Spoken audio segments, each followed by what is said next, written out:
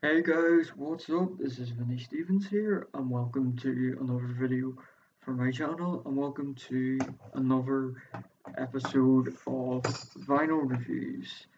Um, so if you haven't seen my last one I did, where I covered Gary Moore's Back in the Streets album, go back and check that out. So in this video, we are going to be reviewing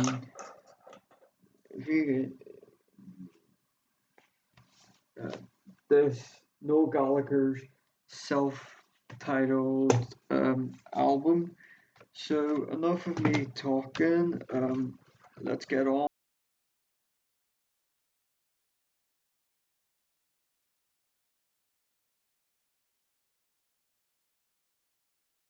with the video. I've wanted to do this one for a long time. But anyway, who is Noel Gallagher? So Noel Thomas David Gallagher was born on the 29th of May 1967 in Lonside, Manchester, England, United Kingdom. He is an English singer, songwriter, and guitarist. He served as the lead guitarist, co-lead vocalist, and primary lyricist for rock band Oasis from 1991 to their split in 2009, in which he became the lead vocalist and the lyrics of his own band, Noel Gallagher High Birds. He is the brother of Liam Gallagher. He was the lead singer of Oasis. Noel Gallagher plays genres such as rock, Britpop, alternative rock, psychedelic rock, and Baku pop. So now on to who is Noel Gallagher High Flying Birds.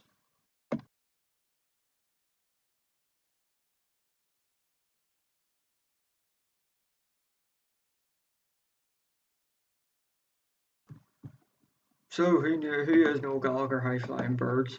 So Noel Gallagher High Flying Birds are an English rock band that formed in 2009 as a solo mimic of former Oasis lead guitar and songwriter, obviously Noel Gallagher, after the band split.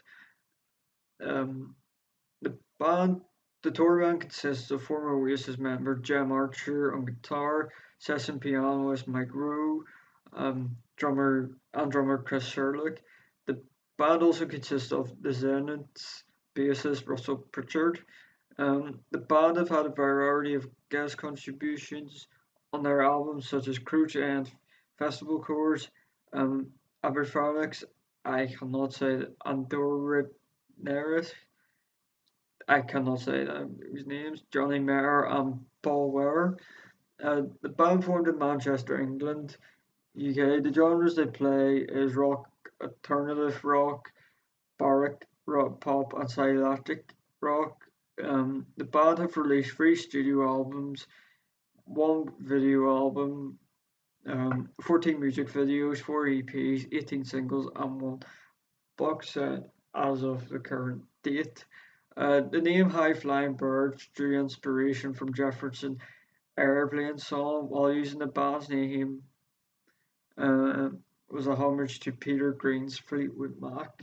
So now on to the background.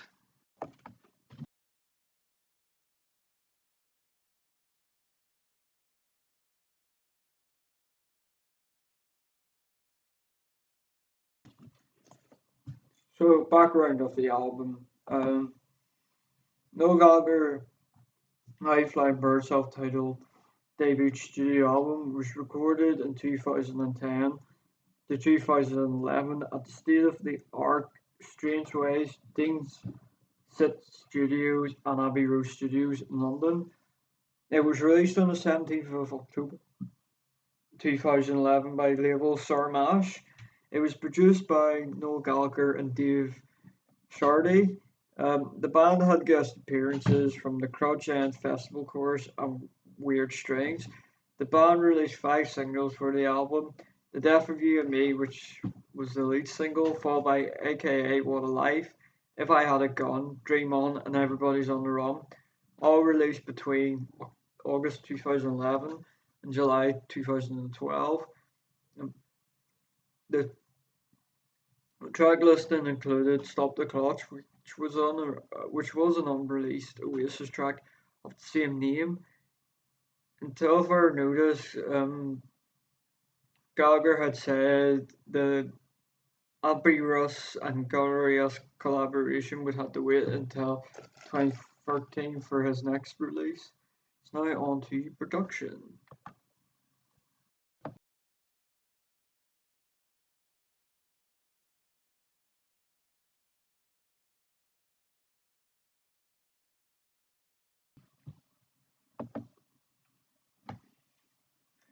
So production sessions ran from 2010 to begin recording of the album until 2011.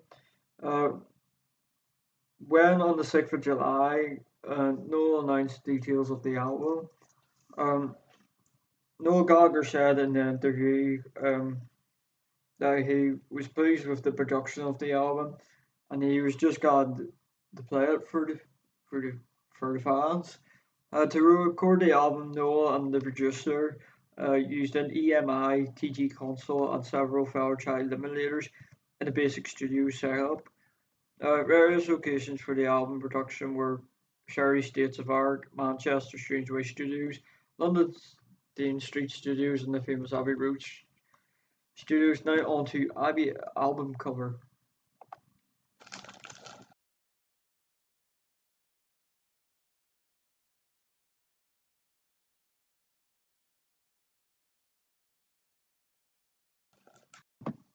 So the album cover, I'm actually going to stick a light on here.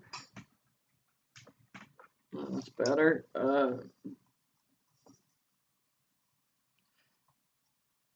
So this is the album cover. So just get my notes back up. So Lawrence wants to know Gallagher's photographer was to document Gallagher himself in Los Angeles, California, and Beverly Hills, starting in the spring of 2010, where a number of photos were taken for press release and the artwork of High Flying Birds covered this and the inside of the album. When notified that they had to be included in the artwork as a solo artist, Gallagher explained that there was no petrol station in Beverly Hills behind the police station. They got a triangular neon roof, which you can see, which would stand underneath it. It looks like you stood underneath the Concorde.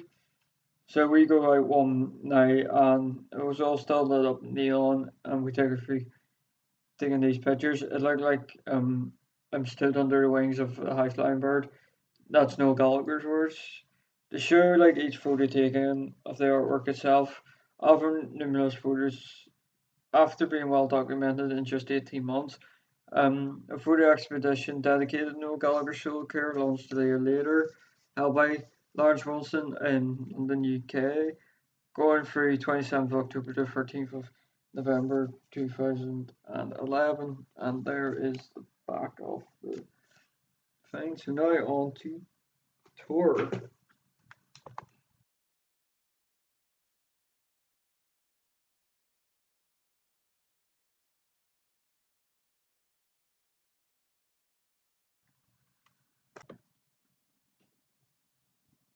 So the tour.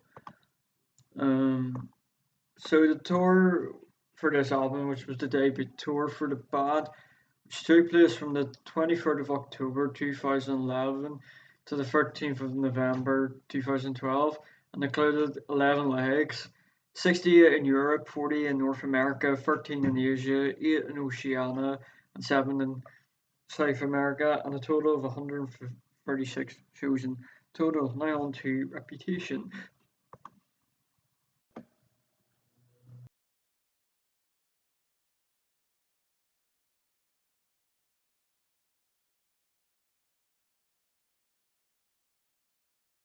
So, Reputation, commercial performance. Um, This album had sold 55,000 copies as of 2 days of sale, more than twice as many copies as his nearest rival, Letters by Mark Cardle, who was an X Factor winner, I think, of that year. I'm not too sure. On the 23rd of October 2011, the album debuted at #1 on the UK Albums Chart, with the first week sales of 122,530 copies. In comparison to the debut album by Liam Gallagher's band, Breedy Eye, Stiffen Gear, Still Speeding, managed to sell 66,817 copies when it debuted at #3 on the chart in March 2011. Uh, since then, it had sold 166,609 copies in the UK as of January 2012. Uh, if we go back to the 11th of November 2011, Noel Gallagher High Flying Birds album was certificate platinum by BPI, which is the British phonographic industry, for a shipment of 300,000 units in the UK. As of February 2012, the album has sold 600,000 copies in the UK. The album was the 14th best-selling album in the UK in 2011. It was also the second biggest selling rock album of 2011. In the UK, behind Coldplay's Maluakalax, I have no idea how to say that. As of January 2013, it sold 739,000 copies in the UK, and as the recent February 2015, the album sold more than 2.5 million copies worldwide. I don't know, as of 2019 or 2020 when this video is being well, whenever this video is going to be released, I don't know how many of his albums been sold. So critical reputation. Noel Gallagher High Flying Birds received positive reviews from critics. Metacritic ratings out of 100 to review it from mainstream critics. The album received an average 69 based on 33 reviews, inducting generally favourable reviews. The BBC praised Gallagher for continuing the Peruvian female songwriting he adopted in Oasis and was an enjoyable record. The Daily Mail made a similar point on the tried and tested approach to make music chosen by Gallagher, and despite giving the rating out of 8 out of 10, the ME claimed the album may have benefited from the vocals of former Oasis frontman Liam Gallagher, possibly claiming the High Flying Birds is the best collection of Noel Gallagher tunes since the Morning Glory days. Referencing 1995 Oasis album, What's the Story of Morning Glory, as kind of the benchmark for the album. Website Digital Spy took a similar view. Despite all the hits to the contrary, Gallagher had managed to snort off potential suffocating expectations to record, which could have been his best album since What's the Story Morning Glory. AllMusic, however, somewhat more critical. Whilst the main Gallagher doesn't show up with some keepers, he noted that the little brace flourishes don't stop the album from playing, like a succession of variations of on Don't Look Back in Anger and The Importance of Being Idle, two massive banger tracks, concluding that Gallagher is missing everything resembling rock and roll, skipping a quick tempo and live guitars. Mojo, the album, listed it 46 of its top 50 albums of 2011. American Songwriter ranked the album number 42 in their list on the top 50 albums of 2011. The album at number 22, ranked the album number 21 in their 2011 top 50 albums. And Rolling Stone's readers ranked the album number 9 on the best albums of 2011. So now on to track listings.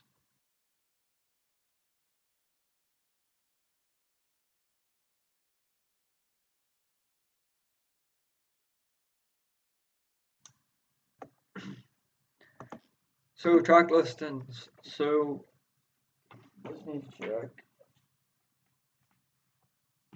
Oh, it doesn't give me sides, so I'm just going to do this in order. I think it's 5 and 5. So, first one is Everyone's on the Run, Dream On, If I Had a Gun, The Death of You and Me. Those are all singles. I Want to Live in My Record Machine, aka Wild Life, that was a single. Soldier Boys and Jesus Freaks, aka Broken Arrow, Stranded on the Wrong Beach, and Stop the Clocks. So now on to charts.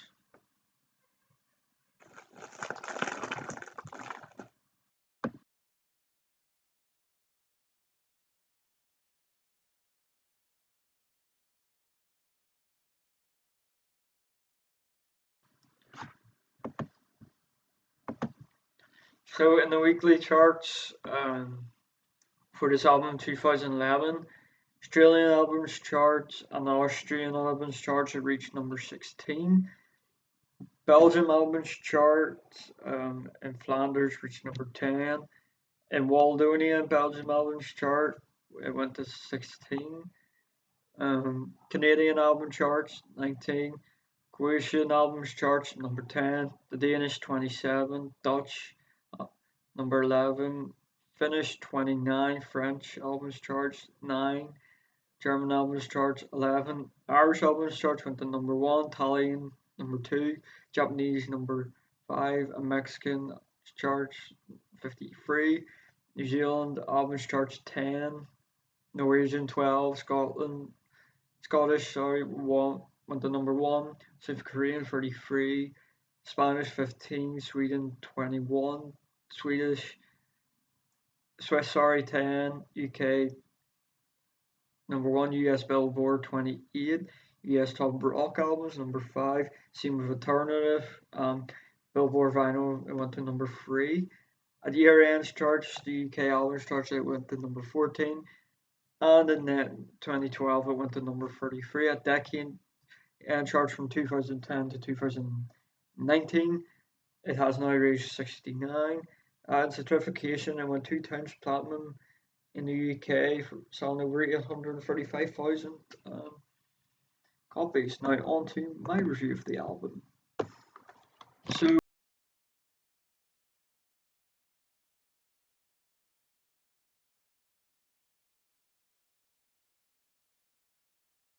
my review on this album. So I would rate this album 8 to 9 out of 10. This is a brilliant album, despite being a debut album. I think if this was kind of a new band starting when this was coming out, I think it would be Mansour. And since like Noel Gallagher was in Oasis and kind of brought them to fame with kind of legendary songs with his songwriting and guitar playing. I think that's why it's got the rating that I gave it. Uh, like like I kind of more got into Oasis first before I kind of started listening to Noel Gallagher's stuff. Like when I started listening to this album, I thought he would try to develop his own sound. Uh, but like I think now with like his later albums, he's now kind of starting to move like away towards like the Oasis kind of sound. This one it does have his own like he's developed his own sound, and there is a wee bit of a Oasis kind of influence with the lyrics and the sound, like from the later years. Um, and it's one of those like, and some of the songs he sang on it. Compared this to I hate doing this like compared to like Liam Gallagher's first solo album, which he brought out in it was 2017. Um, it has more sounds about like influence, and there is still kind of an influence of Oasis on this album. Like it's good guitar playing. Noel Gallagher's a good singer. Uh, is a good singer and good guitar player, and you still get the like even half the band is made up of former Oasis members. And it is the closest thing to now. Like I don't think a reunion's gonna happen anytime soon. um, the closest thing to Oasis. Um, so yeah, um, oh, I have actually seen Noel Gallagher High Flying Birds twice. One, he was actually an opener for U2 when I went to see them in 2017 when they were on the 30th anniversary Joshua Tree tour. He was opening for them. Then in May of the next year, 2018, I went to see them. They were headlining a show, um, promoting the album they brought out then. Um, as a headliner at the SSE Arena in Belfast. He did obviously play both times a few Oasis songs like Wonderwall and Don't Look Back in Anger. After all, at the end of the day, it's still their hits. So yeah, I actually got this one. This is actually the only album I've actually brought in England. I brought um, this year when I was like right my birthday when I was still living in halls. Didn't have it on. I didn't like fully put it on right away, but I got a chance to get around to listening to it. It was a good album, and I very enjoyed it. Still don't think I have listened to it in a while. I might stick it on, but all in all, I think it's a good album. And yeah, so I'm gonna wrap this video up.